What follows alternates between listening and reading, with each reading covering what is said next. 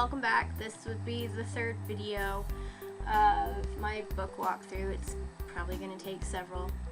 Hoping we can get through this stuff pretty quickly. So last time we covered the intermediate and advanced books, and this time I'm going to talk about some of the JLPT stuff. And in the first video I introduced this book, which is the old JLPT N4, and this is just kind of a mock exam, one of the old exams that they've since discontinued or something. I think is what this book is, and so you can practice it. And so this is kind of fun. As I said before, I've used this a couple of times, and I just go ahead and go through and erase the answers, and then come back a couple months later and redo it. So there's no writing in it right now. But I also have this Mimi kara oboeru Nihongo no ryushiken, it's JLPT grammar bunpo training in 3, and this is basically it walks you through all the different grammars that you should find in the in 3, and so you can see I've written in it and marked it up, and it does have a CD, which is super helpful since this is all like listening training. I've been using the CDs, so one of the CDs, it's got 2 of them, one of the CDs is missing. I'm gonna have to locate that sucker. I don't think it's in here. It's not in the computer, so it's disappeared, but I'm sure it's around somewhere. I'm sure I'll find it. Kind of concerned about it now. I also have the let's go ahead and start with this one, the Somatome series, which goes through from N5 new book to the N1, and these are 500 questions that could show up on the book, and it's bunpo goi and emoji. So you get, when you open it up on the inside, you get questions, and you can mark down here if you got it correct or not, so you can see where I need to go back and review. But this is kanji, and this one is vocabulary, and this one is bunpo, and then the explanations are on the other side. So if you turn the page for this one, the explanations for each are right here. And so this series is kind of nice. It does take about 3 weeks to go through each book, and you do one. It says up here, let me see.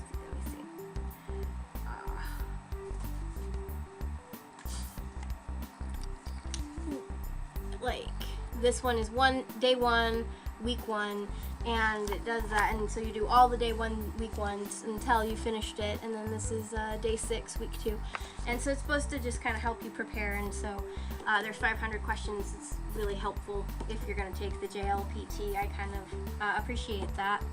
And then I went ahead and bought the Somatome Nihongo no Ryushiken in 3 books. This one is the reading comprehension and the grammar and the listening comprehension.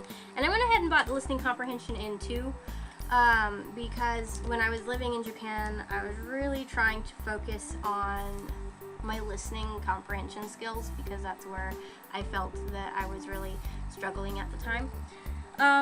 And this is a great little series to just work through on your own time. It introduces a little bit of, this is mastering, this one is the listening comprehension. So this one, it walks you through, it walks you through with the CD all the exercises and stuff, and then the answers are on the bottom of the following page. And there is, this one has a script because it's the listening. And so these are kind of nifty, and I really like this series. Even if I wasn't studying for the JLPT, I might just use this as a typical study aid, like any of these other books that I've mentioned so far. And that's it for my JLPT material, because I'm just starting to move my way into the JLPT area. This stuff is all schoolwork, my schoolwork. This is a teaching book, bits and pieces for activities for teaching Japanese K through 12. I need this, you may not need this, but it does have some kind of neat stuff inside it if you're, I wouldn't even, unless you were going to teach it or tutor it. This is probably not the book for you, but it's neat, and you should know it exists. Oh my.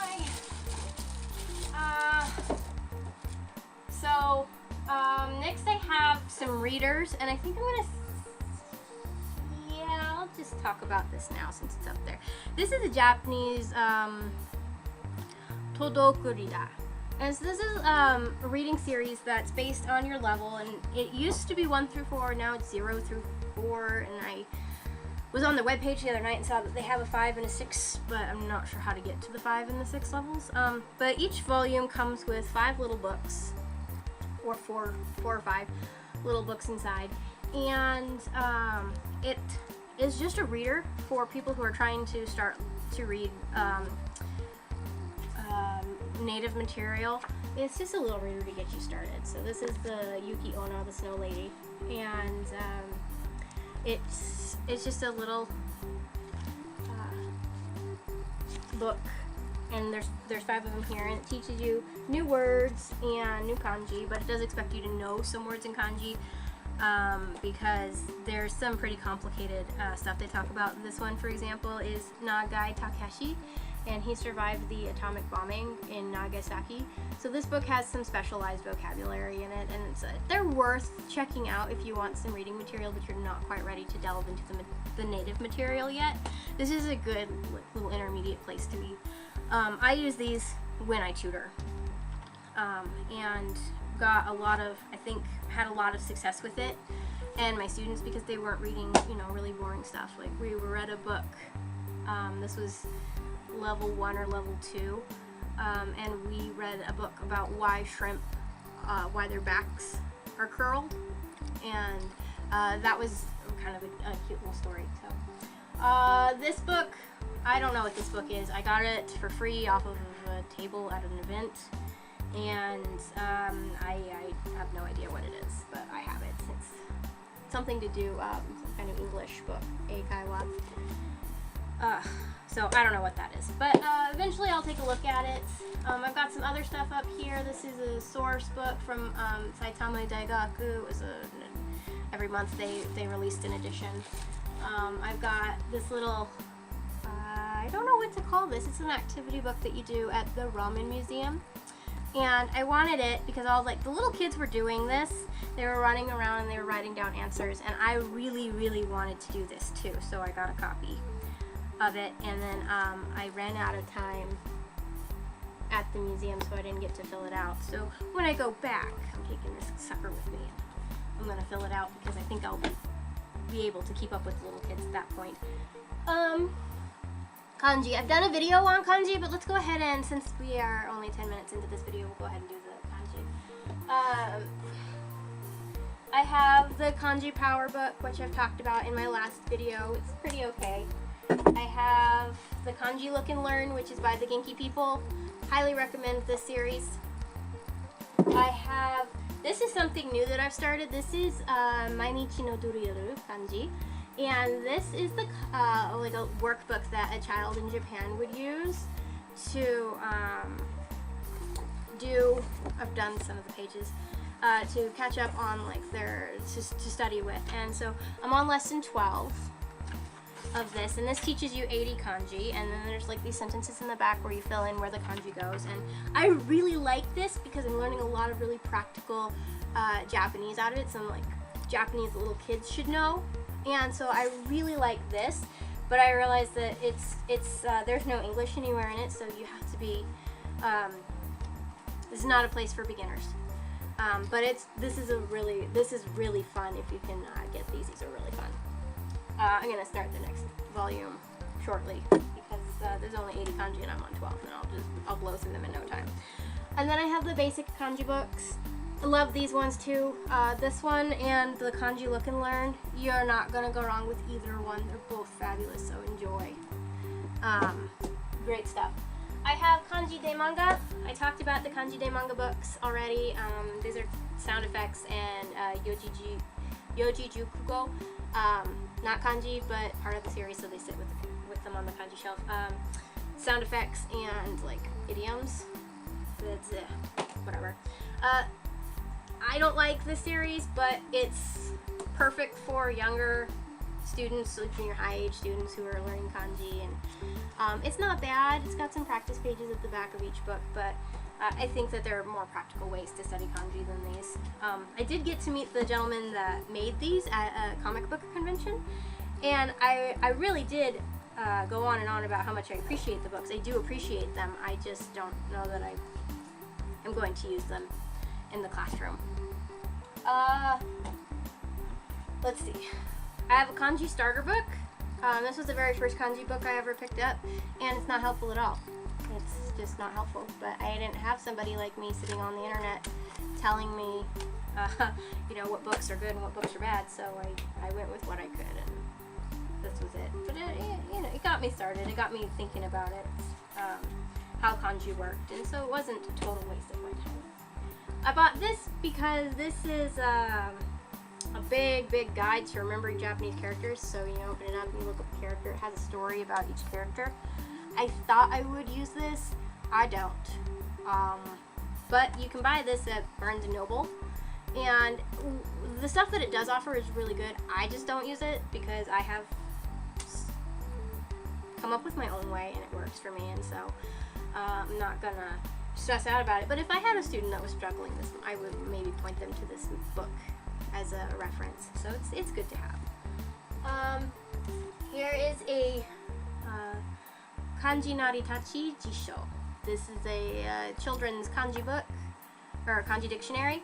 And I don't know how to use it because I don't know how to use kanji dictionaries, but it's kind of cool. I think I've kind of figured out, I don't know how to use this book, but it's a kanji dictionary, and I figure eventually I'll get to the point where I'm going to need a children's dictionary. This is out of print. You will not find it. I don't know how old it is. I got it for $1. No idea, but it's mine now. And then I have a Japanese English character dictionary. So this is also a kanji dictionary. And this was, I actually got this one from the Wyoming State Library because the last time it was checked out was in 1992. So I guess that's probably why they were getting rid of it. And it has all the radicals here on the side, which I think is probably how you're supposed to use a kanji dictionary. So I've heard. But like I said, I don't use them because I have stuff in English to help me find kanji, and I have an electronic dictionary, and I have a dictionary app on my phone, so I don't really need these, but I have them because they were $1. Alright, I think before I move into the rest of my reference material, like that takes care of the kanji and the JLPT stuff, so I'm going to stop the video here, and I'll make the next video cover the reference material that I have, and we'll start getting into some of the native material down here, Star Wars and Japanese. So, I will see you next time.